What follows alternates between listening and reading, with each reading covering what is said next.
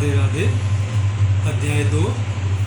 बहनों और भाइयों, अब आगे आता है अध्याय 2 में कि मनुष्य के जीवन में दो ही परिस्थिति आती है, एक अनुकूल और एक प्रतिकूल। अनुकूल परिस्थिति आती है तो होती है सुख, जैसा हम चाह रहे हैं वैसा हो रहा है, जिसे हम सुख बोल देते हैं। और प्रतिकूल परिस्थिति होती है जो हम चाह रहे हैं वो नहीं हो रहा है, उसे हम दुख बोल देते हैं। ये दोनों ही परिस्थिति हमारे ही भाग्य से आती है। हम इन परिस्थितियों को बदलने की कोशिश करते हैं, मेरे साथ ही ऐसा क्यों हुआ, मेरे साथ ही ऐसा क्यों हुआ, लेकिन हम इन परिस्थितियों को नहीं बदल सकते क्योंकि हमारे ही भाग्य से आती है। हाँ, हम इतना ज़रूर कर सकते हैं कि इन परिस्थितियों का सही उपयोग कर सकते हैं। और वो सही उपयोग होता है यदि हमें लगे कि हमारी अनुकूल परिस्थिति चल रही है, जीवन में सुख चल रहा है, शांति है, तो उस समय हमें दो ही काम करने चाहिए, भक्ति और सेवा।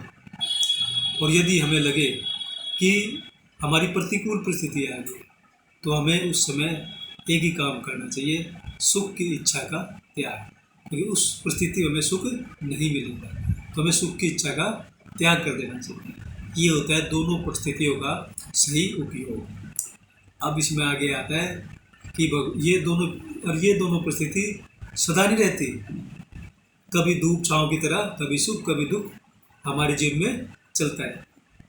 अब आगे आता है कि मान लो एक कमरा है और उसमें अंधेरा है, तो हम क्या करेंगे, हम मोमबत्ती ढूंढेंगे, फिर हम माचिस ढूंढेंगे, फिर हम उसे जलाएंगे और फिर हम उसका ध्यान रखेंगे कि भाई कोई से बुझा ना दे।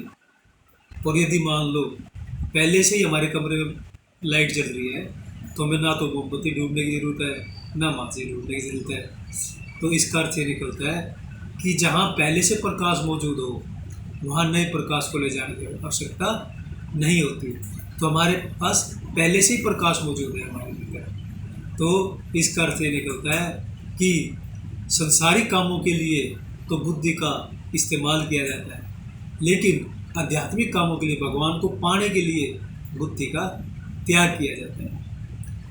जय जय श्री राधे।